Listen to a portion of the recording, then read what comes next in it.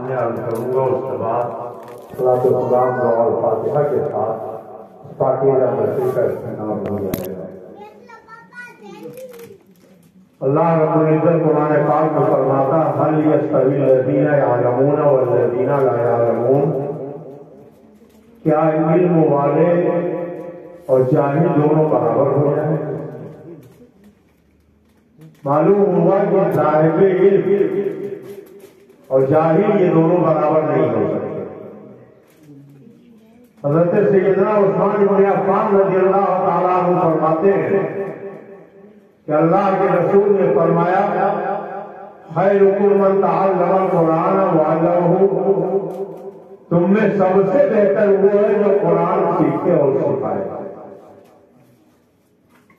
ماں باپ کا اولاد کے لیے سب سے اچھا عطیہ اچھی تعلیم و تربیت ہے۔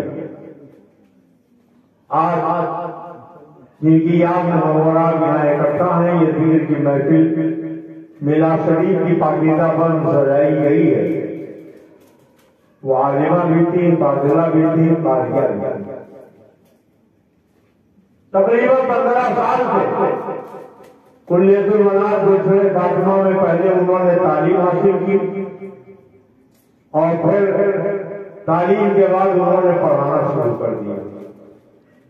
کتنی معلمات آئیں، کتنی طالبات آئیں، چلی گئی، مگر نہ کبھی انہوں نے تنخواہ کا مطالبہ کیا، نہ کوئی شکایت انہوں نے کی، اور بلکہ حقیقت تو یہ ہے کہ اور معلمات پہنچے یا نہ پہنچے، مدرسے سے قریب گھر تھا، جیسے ہی میں فون کر کے کہتا کہ بھیج دیجیے بہن کو، تو فوراً پہنچ جاتی تھی، پورے مدرسے کا نظام سنبھال لیتی۔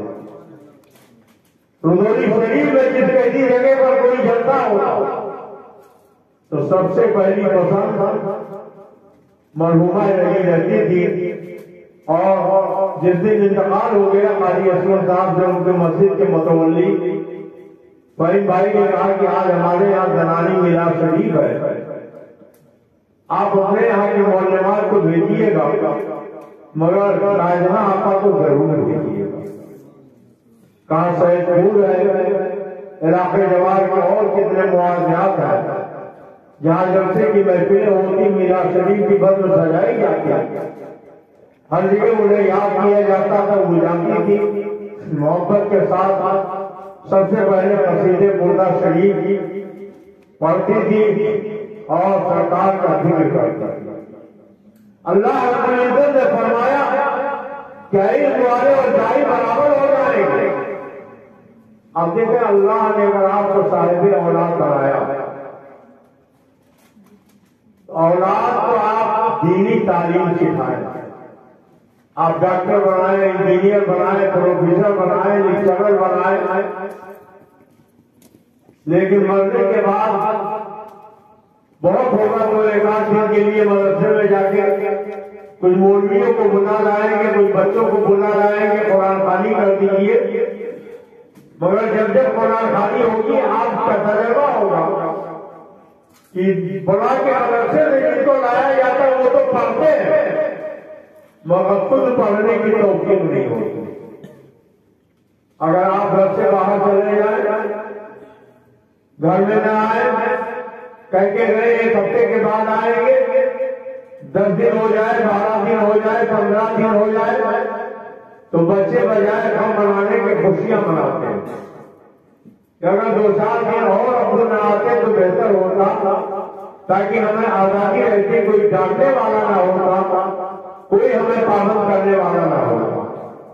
لیکن اسی گھر کی بچی اگر چاہے وہ اپنے گھر میں ہو یا سسرال میں ہو، اس نے سنا میری ماں کی طبیعت خراب ہے، میرے باپ کی طبیعت خراب ہے، میرا بھائی بیمار ہے، میری بھابھی بیمار ہے، اور کچھ نہیں کر سکتی ہے، مگر اس نے وضو کیا، قرآن پاک اٹھایا اور بیٹھ کے تلاوت کر کے رب کی بارگاہ میں دعا مانگی،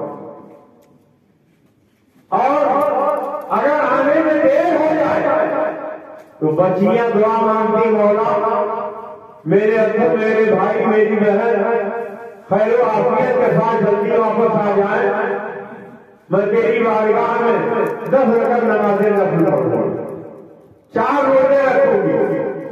یہ آپ کا تجربہ ہوگا کہ بچے آپ کے نہ آنے پر خوشیاں مناتے ہیں، مگر بچیاں چاہے جہاں رہیں، اگر تھوڑی سی دیر ہو جائے تو وہ پورے گھر والوں کے لیے پریشان ہو جاتے ہیں، اور ان سے جتنا ہو سکتا ہے اتنا بیٹھ کر وہ پڑھتی ہے اور اللہ رب العزت کی بارگاہ میں دعا مانگتی ہے. حضرت موسیٰ علیہ السلام کا ایک واقعہ بھی آپ نے حضرت علامہ مولانا حافظ و قاری محمد سلمان رضا صاحب صدیقی سے سنا. ایک مرتبہ حضرت موسیٰ علیہ السلام ایک قبرستان سے گزر رہے تھے، دیکھا ایک موٹے پر عذاب ہوا. پوچھا یہ کس کی خبر ہے؟ پتا چلا کہ سمار کی خبر ہے. اس کے کوئی بیٹے ہیں؟ کہاں اس کا ایک بیٹا ہے. آپ گھر گئے، بیٹے نے کہا کہ بیٹے میں نے تمہارے باپ کو عذاب الہی میں دیکھا، تم ان کے عذاب سے چھٹکارا کے لیے کچھ کرو. بیٹے نے کہا کیا کریں؟ کہا کچھ پڑھ کے بخشو. کہا میں نے کچھ پڑھائی نہیں ہے، مجھے آتا ہی نہیں کچھ، میں کیا پڑھ کے بخشو؟ کہا پڑھو بسم اللہ الرحمن الرحیم، اور فرمایا اتنا یاد کر لو اور میں واپس آ کے اگلا سبق میں دوں گا. چلے جب واپس لوٹے پھر اسی قبرستان سے گزرے تو دیکھا قبر کا مردہ جنت کی کھڑکی کھلی ہوئی ہے اور عذاب الہی کے بجائے اللہ کی رحمتوں کی بارش ہو رہی ہے. اب یہ میرے معبود، یہ تو عذاب الہی میں گرفتار تھا، اس کا یہ عذاب کیسے ڈر گیا؟ تو جواب ملا کہ تم نے اس کے بچے کو بسم اللہ سکھایا تھا. میری شان رحمت میں یہ گوارا نہ ہوا کہ جس کا بیٹا مجھے رحمان الرحیم کہہ کے پکارے میں اس سے عذاب کروں، اس لیے میں نے اس سے عذاب ڈال دیا. حضرت عثمان غنی کی رائے آپ نے سنی کہ اللہ کے رسول نے فرمایا خیر من تعلم القرآن وعلمہ، تم میں سب سے بہتر وہ ہے جو قرآن سیکھے اور سکھائے. اللہ کا شکر ہے شادی تو نہیں کی، مگر بچپن سے لے کر جتنی اللہ نے انہیں زندگی عطا فرمائی تھی پوری زندگی قرآن سیکھنے اور سکھانے میں انہوں نے بسر کر دیا. ان کا ایک ایک لمحہ ذکر الہی میں اور دین کی تعلیم میں سب ہوتا رہا. اللہ کے پیغمبر نے فرمایا اے ابو ذر، قرآن کی ایک آیت بیان کر دینا 2000 اگر نمازیں نفل پڑھنے سے زیادہ ثواب کا کام ہے. اور اے ابو ذر، دین کے ایک بات سیکھ لینا 10,000 اگر نمازیں نفل پڑھنے سے زیادہ ثواب کا. اب آپ ذرا سوچیں، جس مرحومہ کی یاد میں یہ محفل سجائی گئی ہے، انہوں نے مدرسے میں ایک نہیں دو نہیں سینکڑوں بچیوں کو پڑھایا اور وہ عالمہ بنا گئی. اللہ کے پیغمبر فرماتے ہیں انسان مر جاتا ہے، اس کے اعمال منقطع ہو جاتے ہیں، نہ وہ کوئی اچھا کام کر سکتا ہے نہ برا کام کر سکتا ہے.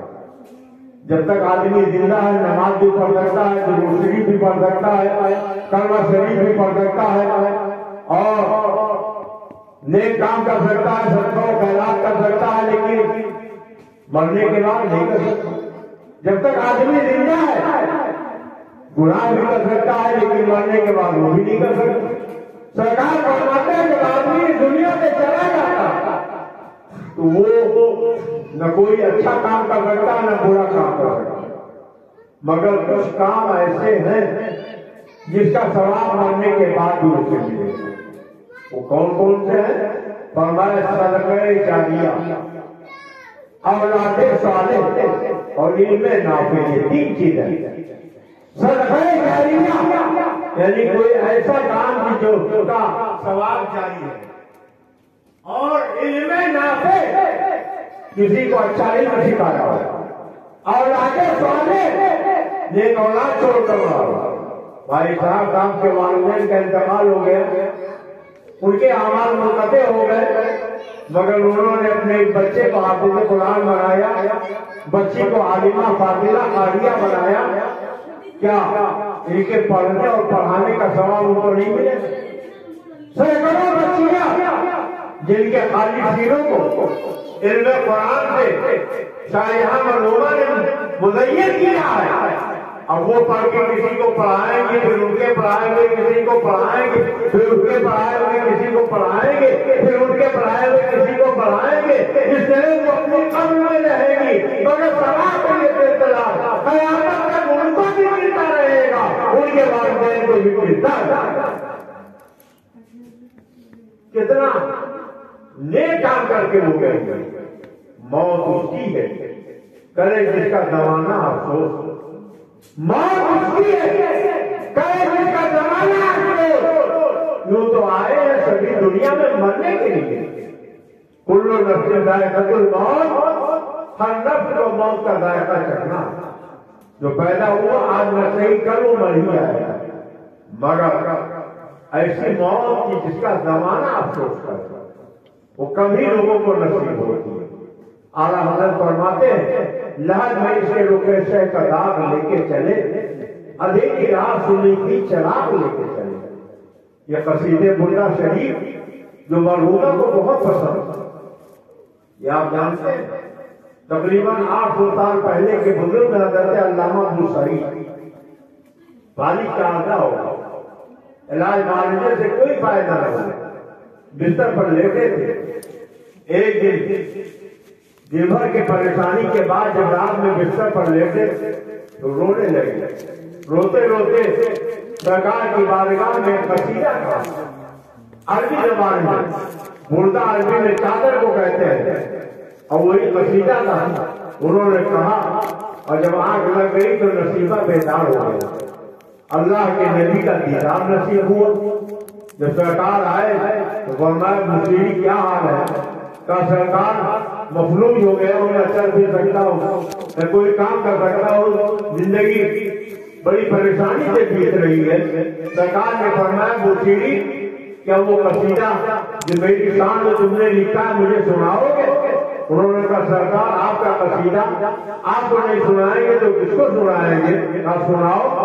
انہوں نے پڑھا، سرکار خوش ہو گئے، اپنے کندھے سے مزمل والی چادر اتاری اور بوسیری کو اس کندھے پر رکھ دیا، ہاتھ پھیر دیا، ان کا سارا آزار، ساری بیماری، ساری تکلیف دور ہو گئی، صحت مند ہو گئے۔ اور جب صحت مند ہو گئے تو رات کا پچھلا پہر تھا، مسجد کی طرف چلے، ایک بزرگ مل گئے، انہوں نے کہا بوسیری جو قصیدہ آپ نے سرکار کو سنایا کیا ہمیں نہیں سنائیں گے؟ کہا جب قصیدہ سنایا تھا تو خواب میں سنایا تھا، آقا سے میں تھا کوئی دوسرا نہیں تھا، تم کو کیسے پتا چلا؟ کہا آقا کے پیچھے میں بھی کھڑا تھا اور میں یہ دیکھ رہا تھا کہ تیز ہوا کے چلنے پر جیسے پھل والی شاخیں گھوما کرتی ہے، ایسے ہی وہ قصیدہ جب